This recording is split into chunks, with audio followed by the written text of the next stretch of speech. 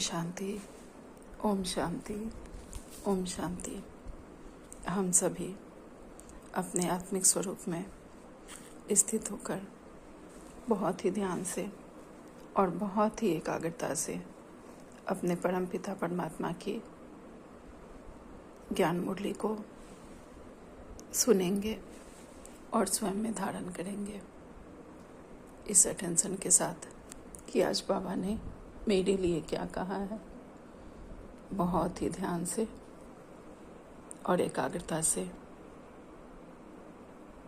हम बाबा की मुरली को सुन रहे हैं और स्वयं में धारण कर रहे हैं और बाबा के ज्ञान का हम सभी स्वरूप बन रहे हैं।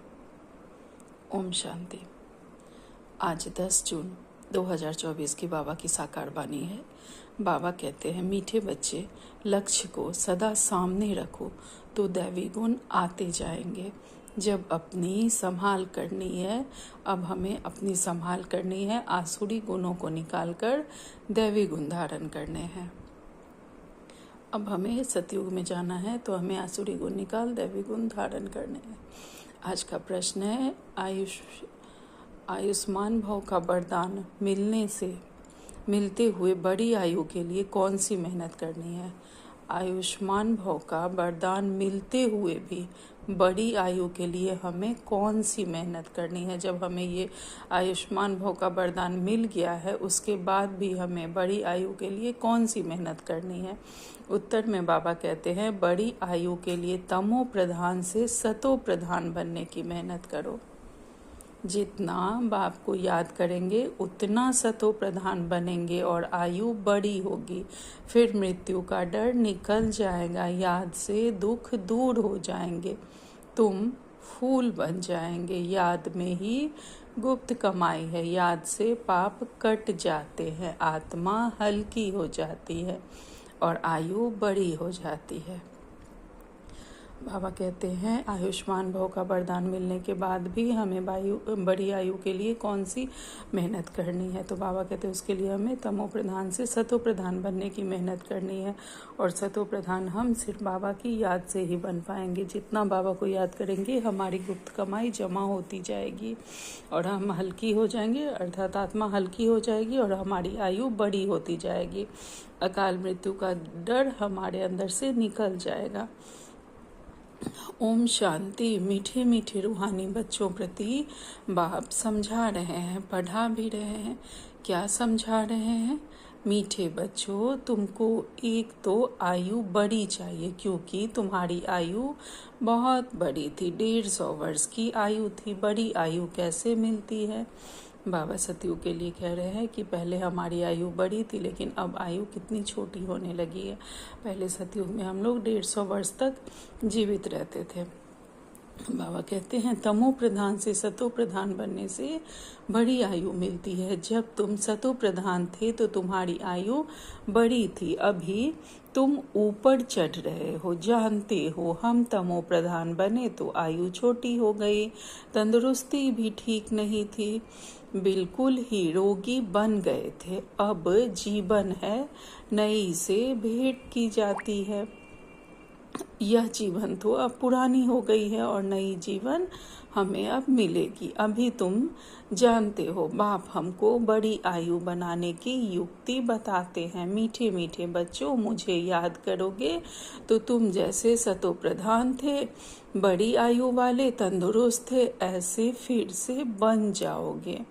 आयु छोटी होने से मरने का डर रहता है, तुमको तो गारंटी मिलती है कि सतयुग में ऐसे अचानक कभी नहीं मरेंगे। बाप को याद करते रहेंगे तो आयु बड़ी होगी और सब दुख दूर भी हो जाएंगे। कोई भी किस्म का दुख नहीं होगा। और तुमको क्या चाहिए? तुम कहते हो ऊंच पद भी चाहिए, तुमको मालूम नहीं था कि ऐसा पद भी मिल सकता है। सच में हम भक्ति मार्ग में ये नहीं जानते हैं कि हमें ऐसा भी पद मिलेगा और हम ही देवी देवता बनेंगे। आगे बाबा कहते हैं, अब बाप युक्ति बताते हैं, ऐसे करो, एम ऑब्जेक्ट सामने है, तुम ऐसा पद पा सकते हो। यहाँ ही दैवी गुण धारण करना है, अपने से पूछना है हमारे में कोई अवगुण तो नहीं है। अवगुण भी अनेक प्रकार के हैं। सिगरेट पीना, छी चीजें खाना, यह अवगुण है।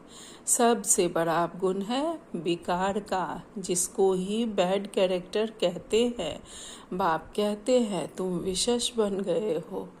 अब वाइसलेस बनने की तुमको युक्ति बताते हैं। इसमें इन विकारों से, अवगुणों को छोड़ देना है। कभी भी विशेष नहीं बनना है। इस जन्म में जो सुधरेंगे तो वह सुधार 21 जन्म तक चलना है। सबसे जरूरी बात है वाइसलेस बनना। जन्मांतर का जो बोझ सिर पर चढ़ा हुआ है वह योग बल से ही उतरेगा। बच्चे जानते हैं जन्मांतर हम विशेष बने हैं। अभी बाप से हम प्रतिज्ञा करते हैं कि फिर कभी विशेष नहीं बनेंगे। बाप ने कहा है अगर पतित बने तो 100 गुना दंड खाना पड़ेगा और फिर पद भी भ्रष्ट हो जाएगा, क्योंकि निंदा कराई ना तो गोया उस तरफ विशेष मनुष्यों की तरफ चला गया। ऐसे बहुत चले जाते हैं, अर्थात हार खा लेते हैं। आगे तुमको पता नहीं था कि यह धंधा बिगाड़ का नहीं करना चाहिए। कोई अच्छे बच्चे होते हैं, कहते हैं हम ब्रह्मचर्य में रहेंगे। सन्यासियों को देख समझते हैं पवित्रता अच्छी है। पवित्र और अपवित्र, दुनिया में अपवित्र तो बहुत रहते हैं। पखाने में जाना भी अपवित्र बनना है, इसलिए फौरन स्नान करना चाहिए। अपवित्रता अनेक प्रकार की होती है। किसको दुख देना, लड़ना झगड़ना भी अपवित्र कर्तव्य है।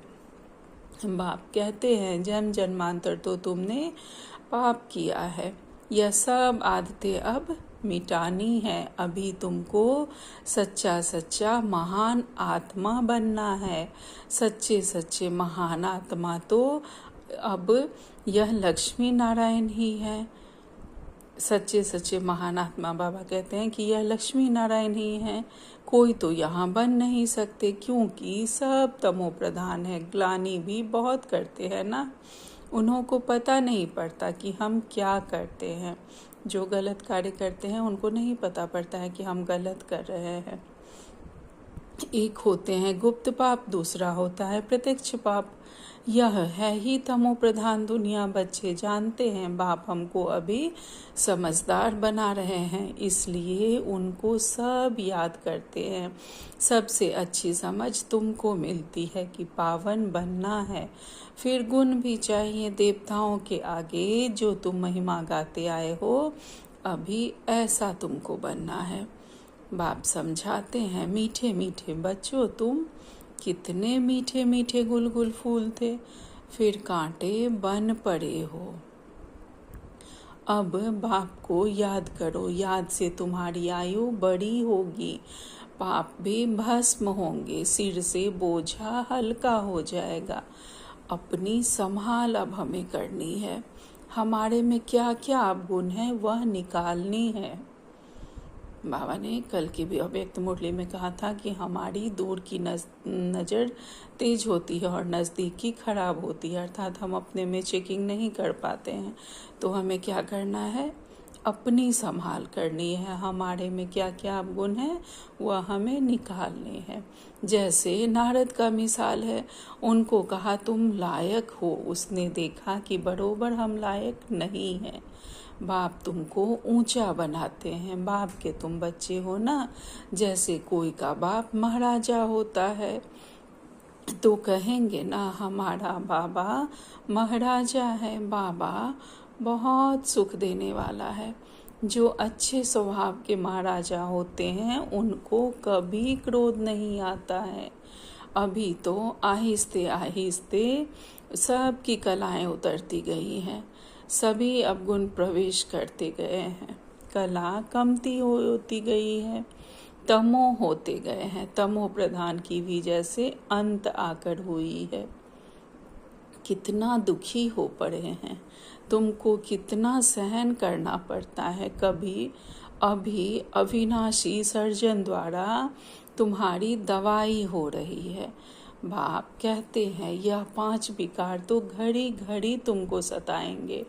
तुम जितना पुरुषार्थ करेंगे बाप को याद करने का, उतना माया तुमको नीचे गिराने की कोशिश करती है।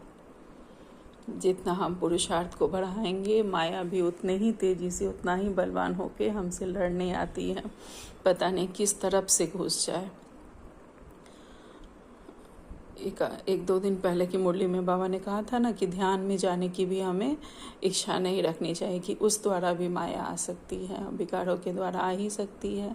विकारों पर भी आज बाबा ने कहा है कि विकार बहुत तरह के होते हैं, और पवित्रता मन की, वचन की, कर्म की, हर तरह की होती है। तो हमें बहुत सूक्ष्मता से चेकिंग करनी है।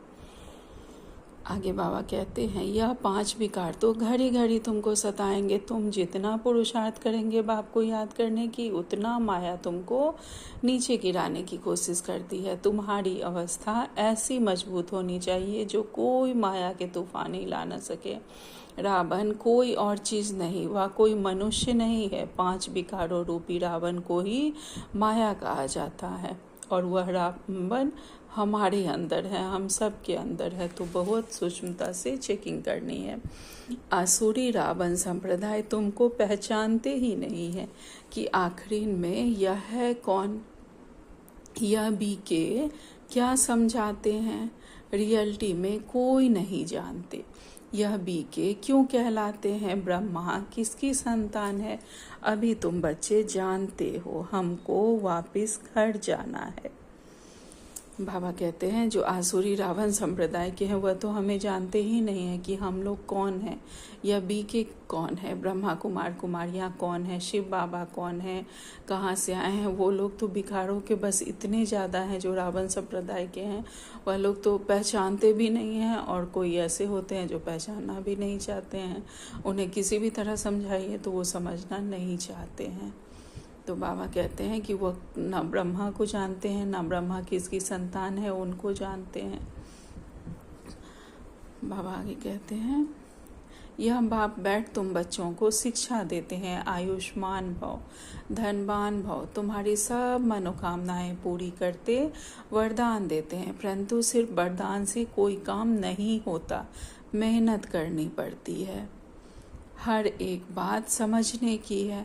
अपने को राज तिलक देने के अधिकारी बनना है। बाप अधिकारी बनाते हैं, तुम बच्चों को शिक्षा देते हैं, ऐसे ऐसे करो। कहते हैं ना कि भोजन अगर हम हाथ से नहीं उठा के खाएंगे, भगवान हमें भोजन देते हैं। अगर उनके भरोसे हम बैठे हैं, हम कोई काम नहीं करेंगे, पूरे दिन बेड पर पड़े रहेंगे, तो भगवान थोड़े मेरे मुख में ला के खिलाएंगे। तो उसके लिए भी हमें पुरुषार्थ करना पड़ता है। तो बाबा तो हमें रास्ता बता रहे हैं, तरीका बता रहे हैं, करना तो हम बच्चों को ही है। तो बाबा कहते हैं तुम बच्चों को शिक्षा देते हैं, ऐसे ऐसे करो। पहले नंबर की शिक्षा देते हैं, माँ में कम याद करो। बाबा जो शिक्षा देते हैं तो सबसे इम्पोर्टेंट, सबसे पहली पॉइंट है माँ में कम याद करो। मनुष्य याद नहीं करते क्योंकि वह जानते ही नहीं, तो याद भी रॉन्ग है। वह जिस तरह से बाबा को याद करते हैं, पूजा पाठ कर्म कांड वगैरह करते हैं, तो वह तो बाबा को याद करने का तरीका ही रॉन्ग है। कहते हैं ईश्वर सर्वव्यापी है, फिर शिव बाबा को याद कैसे करेंगे। वो लोग कहते हैं कि भगवान सर्वव्यापी है, तो फिर शिव बाबा को एक निराकार को कैसे याद करेंगे। वह तो उनके स्वरूप को भी नहीं जानते। शिव के मंदिर में जाकर पूजा करते, तुम पूछो इनका ऑक्यूपेशन बताओ। बाबा हमें उन लोगों से लोगों से पूछने कह रहे हैं, तो कहेंगे भगवान सर्वव्यापी है, पूजा करते हैं, उनसे रहम मांगते हैं। मांगते हुए फिर कोई पूछता परमात्मा कहाँ है, तो कहते हैं सर्वव्यापी है। चित्र के सम्मुख क्या करते हैं, और फिर चित्र सम्मुख नहीं तो कला काया ही छट हो जाती है।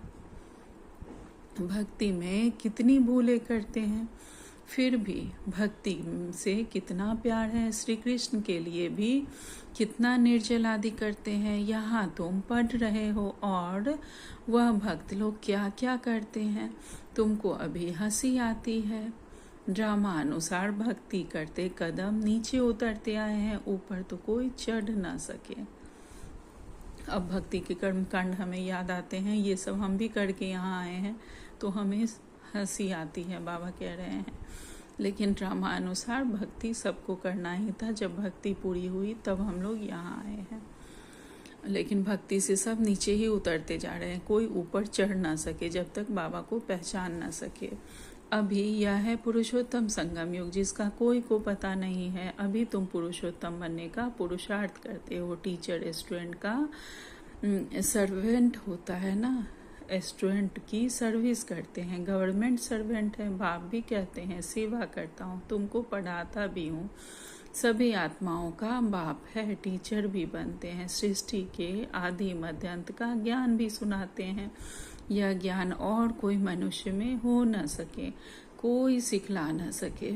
तुम पुरुषार्थ ही करते हो कि हम यह बने। दुनिया में मनुष्य कितने तमो प्रधान बुद्धि हैं। बहुत खौफनाक दुनिया है। जो मनुष्य को नहीं करना चाहिए वह करते हैं। कितना खून, डाका आदि लगाते हैं, क्या नहीं करते हैं। 100% तमो प्रधान है। अभी तुम फिर 100% सतो प्रधान बन रहे हो। उसके लिए युक्ति बताई है, याद की यात्रा। याद से ही विकर्म विनाश होंगे, बाप से जाकर मिलेंगे। भगवान बाप आते कैसे हैं यह भी तुम अब समझते हो। इस रथ में आते हैं, ब्रह्मा के थ्रू सुनाते हैं, जो तुम फिर धारण कर औरों को सुनाते हो। तो दिल होती है डायरेक्ट सुने। जब हम बाबा का ज्ञान सुनकर दूसरों को सुनाते हैं तो उन्हें भी इच्छा होती कि हम भी जाएं, यह ज्ञान कहाँ से आया है, किसने सुनाया, जाकर हम डायरेक्ट सुने। बाप के परिवार में जाएं। यहाँ बाप भी है, माँ भी है, बच्चे भी हैं, परिवार में आ जाते हैं। वह तो दुनिया ही आसुरी है, तो आसुरी परिवार से तुम तंग हो जाते हो, इसलिए धंधा आदि छोड़कर बाबा के पास रिफ्रेश होने आते हो। यहाँ रहते भी हैं ब्राह्मण, तो इस परिवार में आकर बैठते हो। घर में जाएंगे तो फिर ऐसा परिवार नहीं होगा, वहाँ तो देहधारी हो जाते हैं। उस गोरख धंधे से निकल तुम यहाँ आते हो। अब बाप कहते हैं, दे के सब संबंध छोड़ो, खुशबूदार फूल बनना है। फूल में खुशबू होती है, सब उठाकर खुशबू लेते हैं, अक के फूल को नहीं उठाएंगे। तो फूल बनने के लिए पुरुषार्थ करना है। बाबा कहते हैं जो खुशबूदार फूल होते हैं उन्हीं के पास सब आते हैं उनकी खुशबू लेने के लिए। जो अक के फूल होते हैं जिनमें कांटे लगे होते हैं उनको कोई नहीं उठाते, उनके पास कोई नहीं जाते हैं। तो बाबा कहते हैं कि हमें फूल बनने के लिए पुरुषार्थ करना है। घर गृहस्थ में रहते एक बाप को याद करना है। तुम जानते हो यह देह के संबंधी तो खलास हो जाने हैं, तुम यहाँ गुप्त कमाई कर रहे हो।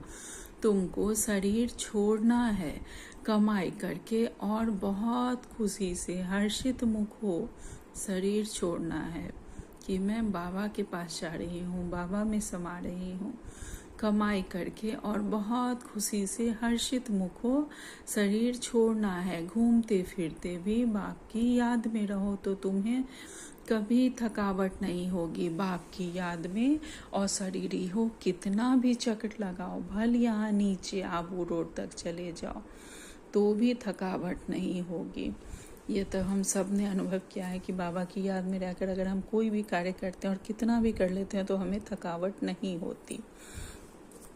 बाबा कहते हैं आगे, पाप कट हो जाएंगे, हल्के हो जाओगे। तुम बच्चों को कितना फायदा होता है और कोई तो जान ना सके।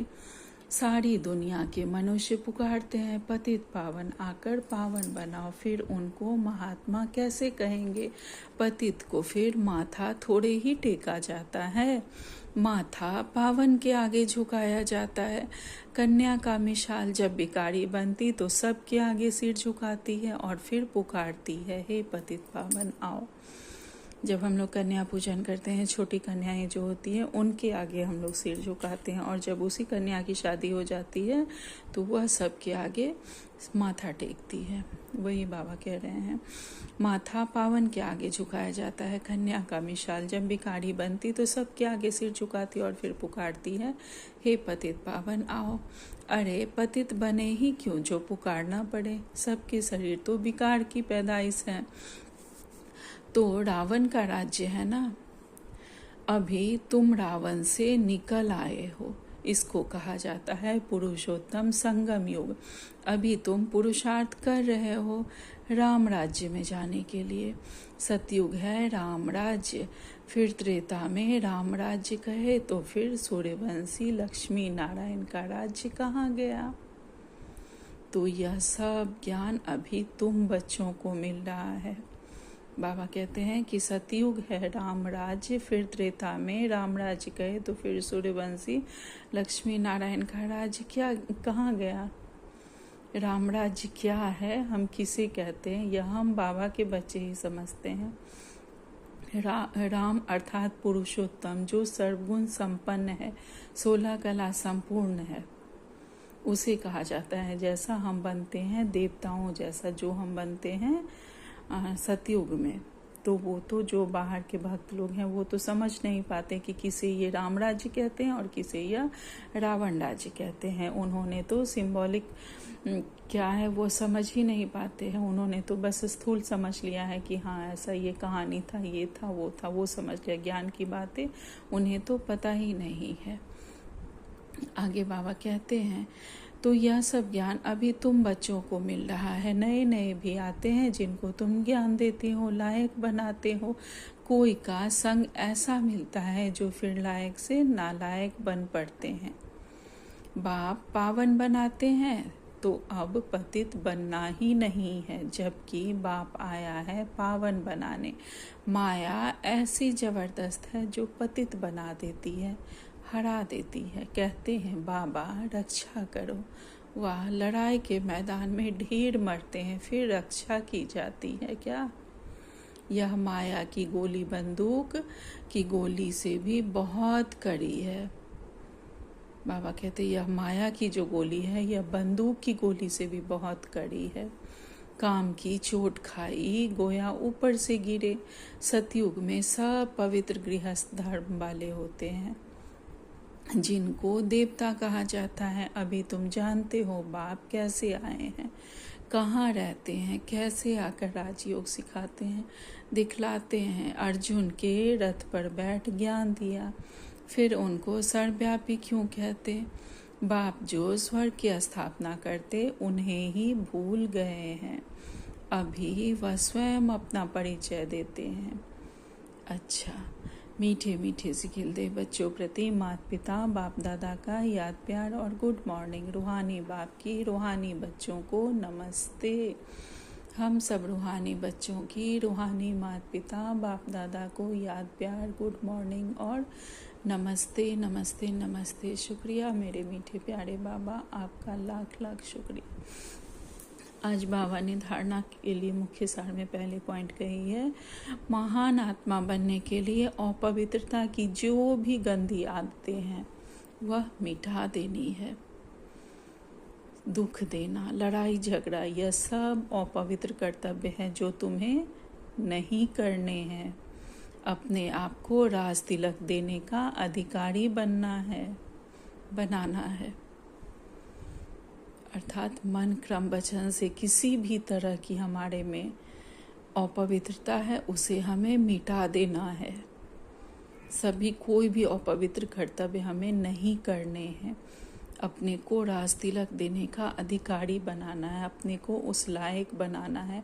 बाबा तैयार बैठे हैं हमारा राज तिलक करने के लिए, तो हमें उस लायक बनना है। दूसरी पॉइंट में बाबा ने कही है, बुद्धि में सब गोरख धंधों से, देहधारियों से निकाल, बुद्धि को सभी गोरख धंधे वालों से और देहधारियों से निकाल कर हमें खुशबूदार फूल बनना है।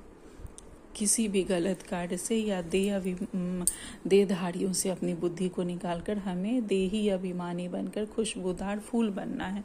गुप्त कमाई बाबा को याद करते हुए हमें जमा करनी है। गुप्त कमाई जमा करने के लिए चलते फिरते और शरीरी रहने का हमें अभ्यास करना है। आज बाबा ने हमें वरदान दिया है, अपने शुभ चिंतन की शक्ति से आत्माओं को चिंता मुक्त करने वाली शुभ चिंतक मनी भव। हम बाबा के बच्चे अपने शुभ चिंतन की शक्ति से सभी आत्माओं को चिंता से मुक्त बनाने वाली हम बाबा के शुभ चिंतक मनी आत्माएं बच्चे हैं। आज विश्व में सब आत्माएं चिंता मनी हैं। विश्व की सब आत्माएं चिंता में हैं किसी न किसी बात को लेकर। उन चिंता मनियों को आप शुभ चिंतक मनिया अपने शुभ चिंतन की शक्ति द्वारा परिवर्तन कर सकते हो। उन चिंता मनियों की उन चिंता करने वाली जो मनियां हैं उन्हें हम शुभ चिंतक करने वाली मनियां अपने शुभ चिंतन की शक्ति से उनकी चिंताओं को परिवर्तित कर बाबा की सुख की किरणें उन्हें हम दे सकते हैं। जैसे सूर्य की किरणें दूर दूर तक अंधकार को मिटाती है, ऐसे आप शुभ चिंतक मनियों की शुभ संकल्प रूपी चमक व किरणें विश्व में चारों ओर फैल रही है। इसलिए समझते हैं कि कोई स्पिरिचुअल लाइट गुप्त रूप से अपना कार्य कर रही है। यह टचिंग अभी शुरू हुई है। आखिरी ढूंढते ढूंढते स्थान पर पहुंच जाएंगे। बाबा ने कहा है ना कि हमें मनसा सेवा करना है, तो वह उस मनसा सेवा के जरिए जब हम शुभ चिंतन कर पूरे विश्व को बाबा की किरणें भेजते हैं, बाबा की सुख की, शांति की, प्रेम की, आनंद की किरणें जब भेजते हैं तो उन आत्माओं तक पहुंचती है, उन्हें कहीं ना कहीं सुकून का एहसास होता है। तो बाबा कहते हैं अगर हम ऐसे शुभ चिंतक बनकर बाबा की किरणों को भेजते रहेंगे तो उन्हें भी उस सुख का, शांति का एहसास होगा और धीरे धीरे उन्हें भी बाबा की टचिंग मिलेगी और वह स्थान पर पहुंच जाएंगे जहां हमारे बाबा हैं। आज का स्लोगन है, बाप दादा की डायरेक्शन को क्लियर कैच करने के लिए मन बुद्धि की लाइन क्लियर रखो। कल की अव्यक्त मुरली में भी बाबा ने कहा है कि हमें अपनी बुद्धि की लाइन को क्लियर रखना है। बुद्धि की लाइन जब हम क्लियर रखेंगे तो बाबा हमें क्या डायरेक्शन दे रहे हैं वह हमें पहुंचेगी। हमें पता चलेगा कि हमें किस समय किस बात में कौन सी शक्ति का, कौन सी गुण का प्रयोग करना है और बाबा जैसा जैसा हमें डायरेक्शन देंगे वह हम तक पहुंच जाएगी जब हमारी बुद्धि की लाइन क्लियर होगी। आज का अव्यक्त इशारे हैं, योग माना याद का अटेंशन। योग मतलब बाबा की याद पर ध्यान देना। जैसे कर्म नहीं छोड़ सकते वैसे याद भी नहीं छूटे, इसको कहा जाता है कर्म योगी। जैसे हमारा ऑफिस जाना, खाना बनाना, जो भी कार्य है, हमारा सेंटर की सेवा यह आवश्यक है, उसी तरह बाबा की याद भी नहीं छूटे, इसको कहा जाता है कर्म योगी अवस्था। कर्म योगी अर्थात हर कर्म द्वारा बाप से स्नेह और संबंध का हर आत्मा को साक्षात्कार हो। कर्म योगी अर्थात हमारे हर कर्म द्वारा बाबा के स्नेह और संबंध का हर आत्मा को साक्षात्कार हो। जैसे हद की आत्माओं से स्नेह रखने वाली आत्मा के चेहरे और चलन से दिखाई देता है कि यह कोई स्नेह से लवलीन है, ऐसे हर कर्म में बाप के साथ स्नेही आत्मा का अनुभव कराए तब कहेंगे कर्म योगी। अर्थात हर कर्म करते हुए हमें बाबा की याद में रहकर अगर हम कर्म करेंगे तब कही जाएगी कर्म योगी अवस्था हमारी। अच्छा, ओम शांति, ओम शांति, ओम शांति। शुक्रिया मेरे मीठे प्यारे बाबा, आपका लाख लाख शुक्रिया।